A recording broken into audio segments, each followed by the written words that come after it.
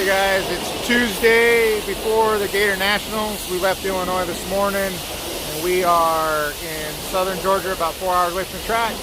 Getting ready to stop for the night, but getting the truck washed tonight while there's not a huge line at the Streak and Beacon. Well guys, as most of you know, the event in Gainesville got canceled. I didn't do any videos of the pit. We set it up and tore it right back down. But as a top fuel crew, what do you do when your race gets canceled and you're this close to Don Garlits Museum?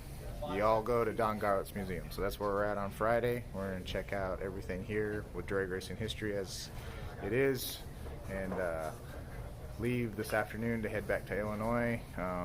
Things are going to be a little iffy for a while. We don't know if they're going to be able to run even in Vegas. Things will probably be shut down for about a month and get rescheduled. So I'll update you when we get back to Illinois. Y'all have a good day. As an engine builder, the engine collection room ought to be entertaining. The engine room. This is pretty darn cool, guys. Pretty cool. Hey everybody. We're still at Don Garlits Museum, and I gotta tell you, if you are in the Ocala, Florida area and you're into cars and drag racing at all, this is a place that you should really go to. It's amazing if you like this history at all. What they've got for a collection here is truly, truly impressive. Hey guys, it's Saturday afternoon. Just pulled back into the shop from Florida. It's a little shock going from 85 degrees to 45 and rainy. But anyways, as everybody knows by now, the race got canceled because of the coronavirus. I thought I'd stop. I wanted to do videos of each day of kind of running around showing like after the pit set up, and then walk through the trailers and do some race footage if I can get some. But obviously none of that worked out, but I did want to answer some questions some people have been waiting some answers to, and then hopefully when Vegas takes off, we'll be able to get a better example of crew life when we're on the road.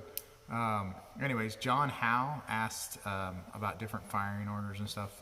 As far as I know, everybody runs the same firing order on these. I've run different firing orders than standard on small block Chevys in my past in my own race car. And it's more to do with harmonics, and you can get a little bit better power. It's not overwhelming, but I know when you're pulling a lot of RPM, it's a big difference, but on the Hemis, we don't change as far as I know. Also, he was asking about the mags and voltage. We run as dictated by NHRA, the MSD 44 Pro mag.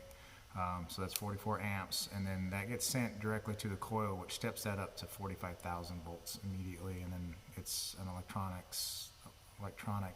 points box, and then we can manipulate the timing with the crank triggers, so the timing gets manipulated down the track. Greg B 299 asked if we measure the crank and the rod bearings in between rounds, or just put new sets of bearings in. On the main bearings, it gets a new set of bottoms every pass, and we don't really measure those. We take a look at them, see if they're getting damaged or not, kind of check them. The uppers, most of them stay in for 4 passes or so. Kind of depends on what the motor's doing. Number 3, the thrust face, I'll usually pull that one every 2 passes, depending on what's happening with the clutch and that, putting pressure on the thrust face. The rod bearings also all get new rod bearings. We put a whole new rack in every round, so those rods and pistons don't go back in the next round. They'll go back in later after they've all been inspected and checked and redone. So, but we don't reuse rod bearings at all.